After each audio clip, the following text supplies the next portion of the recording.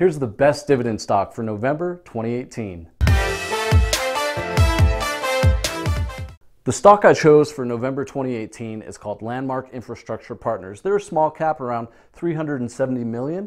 And in this particular month, I chose a preferred stock. Preferred, cumulative, redeemable, meaning cumulative, meaning the company has to pay these shareholders before they pay common shareholders if dividends were ever to become in arrears. So this is structured as a limited partnership, and the ticker for this particular Series B shares is LMRKO. And it pays a dividend on the 15th of February, May, August, and November. And it's callable on August 8th, 2021. And what that means is redeemable date. The company can call those shares back, but where we're in a rising rate environment, and if we still are around this time, this will be cheap debt for them. So I don't think they'll be calling it back right on August 8th of 2021. So what this business does is they triple net lease, that's what NNN stands for. They triple net lease land to wireless carriers, outdoor advertising, and renewable energy. So this company owns the actual land that you see cell towers on, that you see billboards on, and that you see solar panels and wind energy on.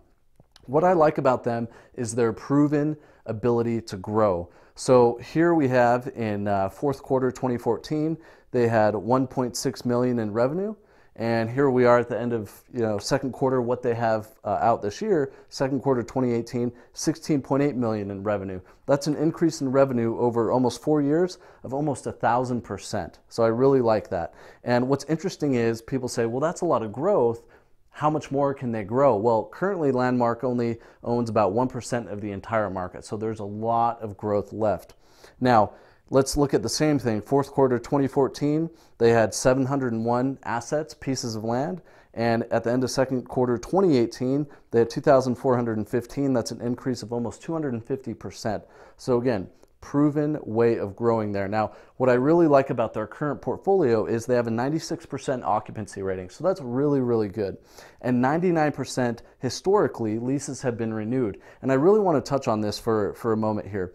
There's a very high barrier of entry into this industry. And so the reason why there's such high renewal rates is because if you own a plot of land, okay, and a wireless carrier comes or an infrastructure partner comes and they place a big tower, a big cell tower, right? And they structure it and they have all their signals running correctly.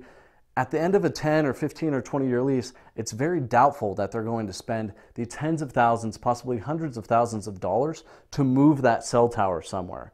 So that's what's really nice is they're always, the probability of them having a higher lease renewal rate than other real estate investments is much higher because of that, because it's very expensive to place those assets. And another one, billboards, right? When was the last time you've seen an actual billboard moved, right? It's possible, sure. I'm not saying it's impossible, but highly unlikely. So that's what I really like. Not only that, but there's a lot of zoning, regulatory, and permitting stuff that goes into placing a cell tower or billboard. So once it's there, 9 times out of 10, or possibly even more than that, it's staying there. So like I said, for the cost, typically companies will spend about 200 or 300,000 just for the tower installation on that piece of land, not including the wireless stuff that goes on the top of it. So it's very, very interesting when we talk about historical lease renewal rates, because that's an important factor to mention. Now, what's really nice is this is a high margin industry, 90% adjusted EBITDA margin. That's really, really high. Now, the reason it's so high is, again, the triple net lease. So for those of you that are new to triple net leases, triple net means that the tenant, right, so the people that Landmark leases this property out to, is responsible for the maintenance, property taxes, and insurance. Triple net. So all Landmark does is own that specific square or plot of land, and they rent it out for long term, right, to many carriers such as AT&T, Verizon, American Tower Corp, Crown Castle, all the big names that you've heard of before, Lamar Advertising. They rent from this company.